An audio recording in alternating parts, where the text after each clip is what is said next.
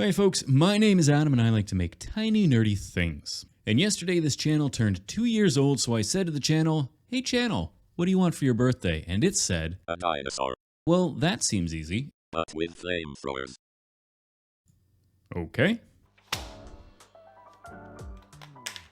Now in my experience, birthdays only tend to come around once a year or so who am I to tell the channel it can't have a dinosaur with flamethrowers? Of course, that means I need to make a dinosaur, and I figured, who better than a T-Rex cosplaying as a dragon?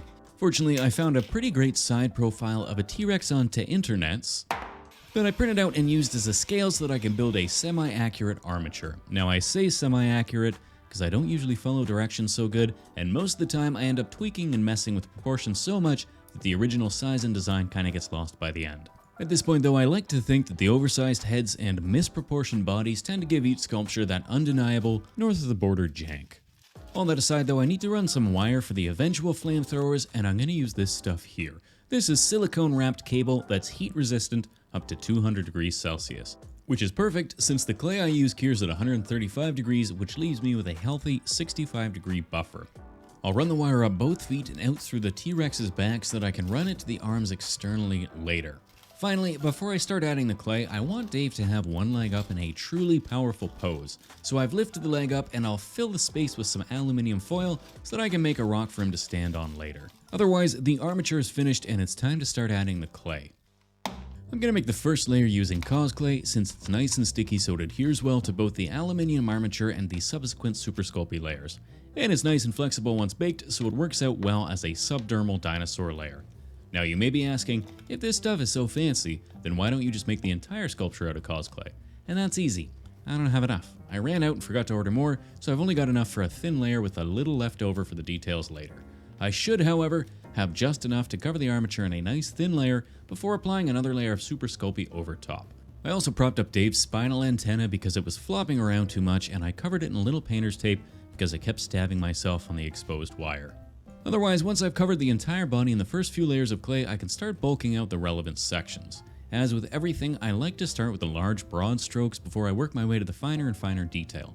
I have a tendency to swing my big dumb hands around while I'm sculpting, so if I spend a lot of time finessing the details of one section before moving on to larger bulking afterwards, I will inevitably smoosh all that detail and end up crying on the floor in a fetal position, wondering why I'm the way that I am.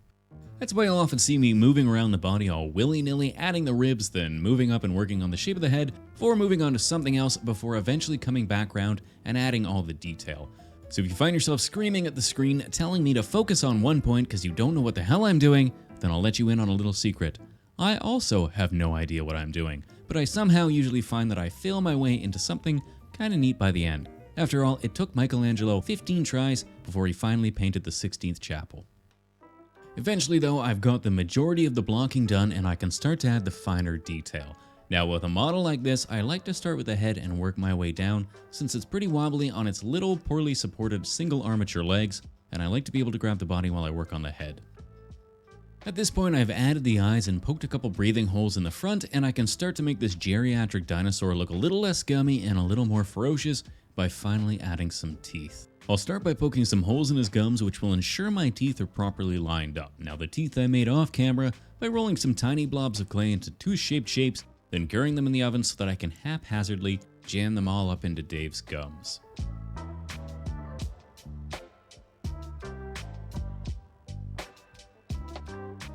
To make his tongue, I rolled out a ball of clay and then elongated the end, drawn a line down the center, then added some texture along the surface before giving it a quick bake and jamming it into his mouth.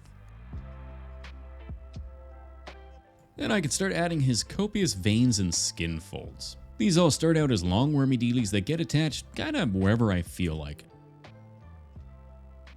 Now I also love a wrinkly neck T-Rex, so I'll make sure to layer up a series of wormy dealies running down Dave's spine. I'll gently blend all these together but leave it somewhat wavy so that I can come back with a sharp edge of a tool and then add some shallow surface gouges to make the wrinkles noticeable but not quite so overbearing. Then I can move on to the rest of the body, adding wrinkles around the legs, the tail, and wherever else Dave's body would naturally develop wrinkles as a result of movement.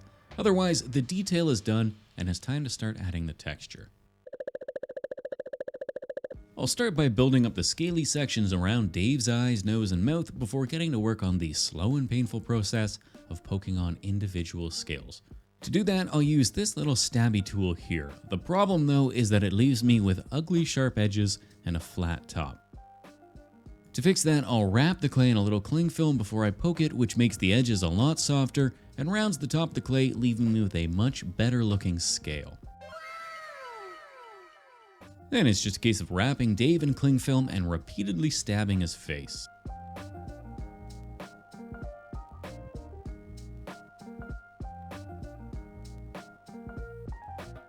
Then I can peel off the cling film and admire his beautiful, beautiful scale. Of course, we're not done yet, because I still need to add the little extra bumps and surface details that I'm pretty sure are called T-Rex pimples. If there are any paleontologists watching, then let me know in the comments if I'm right. Now the rest of Dave's body is more similar to the texture on the back of your hand and is made up of a bunch of perpendicular lines cut into the skin. I do, however, want to add a bit of the same scaly texture underneath. However, you're having a laugh if you think I'm going to add each individual scale, so instead I've made myself a little negative roller, which will allow me to add the rest of his scales in a fraction of the time.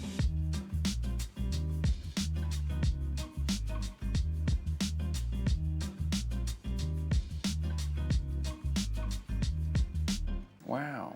Then I can wrap the rest of his body in cling film and get to work adding those aforementioned back of the hand textures.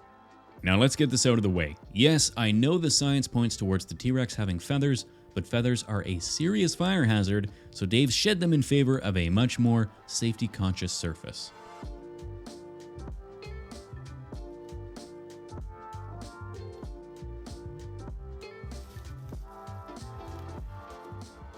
Finally, before Dave goes in for his first full body bake, I want to add his feet, so I'll build up the heel with a bit of clay, then add 3 girthy wormy dealies for toes, before adding matching smaller wormy dealies to blend it into the rest of the leg.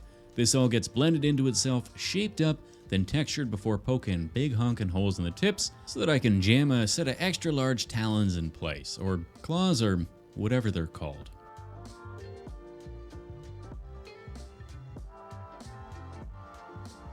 Now Dave's only got teeny tiny T-Rex arms, but he's going to be supporting a fair amount of weight when it comes time to make the flames and the throwers, so I want to make sure that his bones are extra strong, double wound armature wire.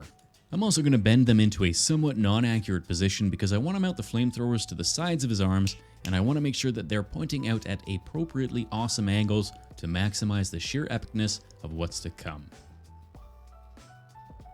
Now the flamethrowers are fairly uninteresting since the throwers themselves will be greatly overshadowed by the flames. To that end, I took a little length of dowel and drilled a hole into the end of it so that I could mount the flames later. Then I added little handles with a T-Rex sized trigger, then added a few odds and ends to make it look a little less flat. Then I can stick this onto Dave's arm nub and wrap his fingers around the trigger. Now I figured he doesn't have thumbs, so he can't really hold the flamethrower, which means he needs some way to strap them onto his arms. So why not just make some straps?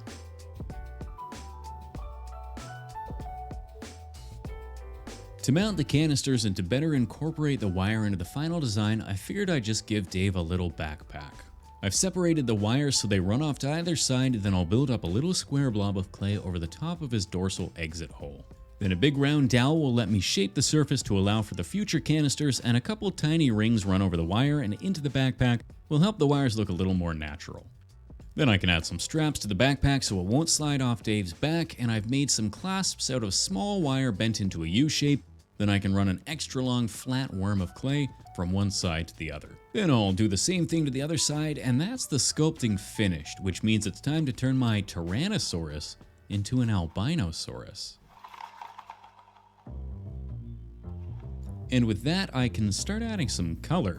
I'm going to be doing most of the painting with heavily thinned down inks to highlight all the grooves and scales. His belly and underside will get a coat of khaki wash, while his topside gets a dark grayish brown wash. I'm going to move back and forth between the two colors until I'm happy with the shading, while trying to keep the transition between the two colors as smooth as possible.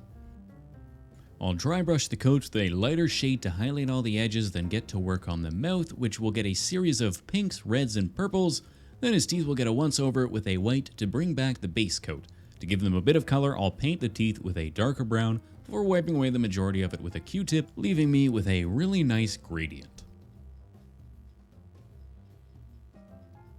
Then his eyes will get a yellow to white gradient followed by a single spooky black dot in the middle.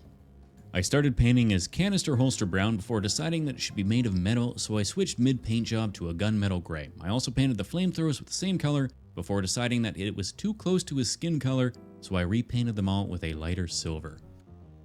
Then all the various straps and belts will get painted with a brown base coat, and I also decided that I didn't like the tips of the flamethrowers, so I remade them. I'll add some lighter brown highlights to all the straps, then dry brush them with an even lighter shade before adding a black dry brush to the flamethrowers so they look a little bit sootier. Finally, I'll paint his toes black, then get to work on the canisters. These are pretty straightforward. I'll start with a big ball of clay, roll it flat, then cut it in half, round out the top, and then add a couple of straps to attach it to the holster. Then a little ball of clay pressed and smoothed onto the top will act as the nozzle. Then it's into the oven for a bake, and once it's cooled down, I can paint the entire thing red with brown straps. To give a little detail, I've made a tiny template so that I can paint a little metal square on the front, above which I'll make a tiny flame symbol so you know it's in the canisters. Then I can add some tiny indecipherable squiggles onto the plate before adding some scratches to the bottom of the canister before repeating this entire process so I have 2 canisters to glue in place on Dave's back. Now, before I add the flames, I need a base. I'm going to make the base out of foam since the MDF bases that I usually use are a bit too small for Dave's long-legged lunge. I'm going to mark out where the wires will fit through by pressing Dave into place, then I'll cut out a second layer that's the same size as the top.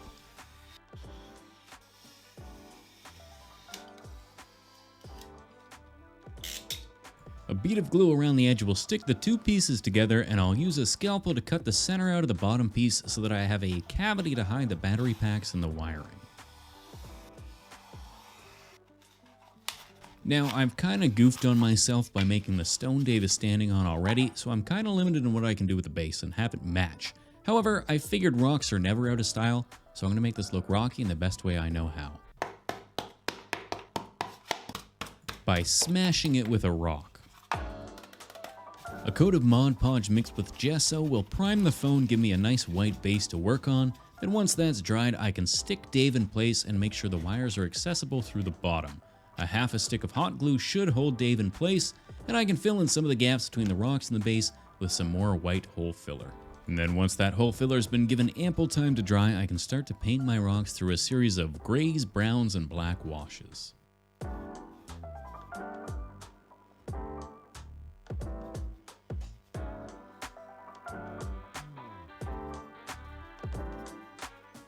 And once it had dried, I went back over it all with progressively lighter dry brushes until I was just tickling the edges with a final white highlight. Which means the base is done and it's time to make some fire.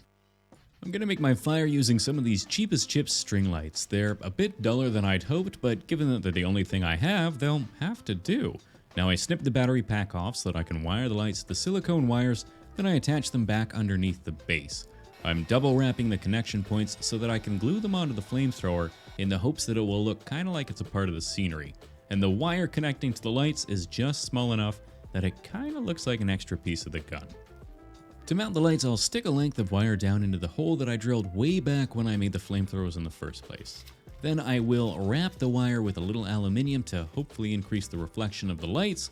Then I can wrap the string light all the way around, trying to keep it so that some of the lights are on all the sides. Finally, I'll wrap the aluminium string light monstrosity in cotton and hold it in place with a thin piece of wire. By tufting up the cotton, I can add a little bit more detail to the flames and I can hide the wire underneath. Now the white flames are pretty cool, but to give it a bit more fiery color, I'm going to crack out the airbrush and work my way through some yellows, oranges, and reds until the puffs of snow look like gouts of fire. Finally, I'll give it a light dusting of black just on the tips to add a little bit of that charry black fire smoke, I guess. Then all that's left to do is paint the wiring red and give it a black wash to dirty it up a little bit. Then I can gloss his mouth, and our Tyrannosaurus Rex is now a Pyrosaurus Rex, which means we are all done and on to the glamour shots.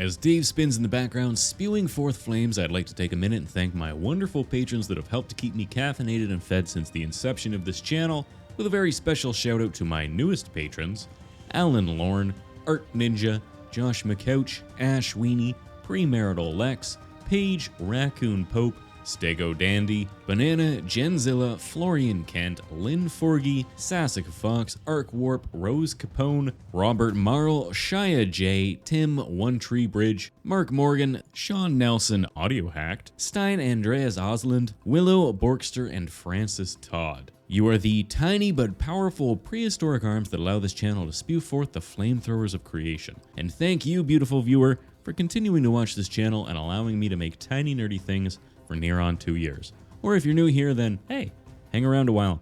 Who knows what you'll see. Otherwise, we'll see you next time. Cheers.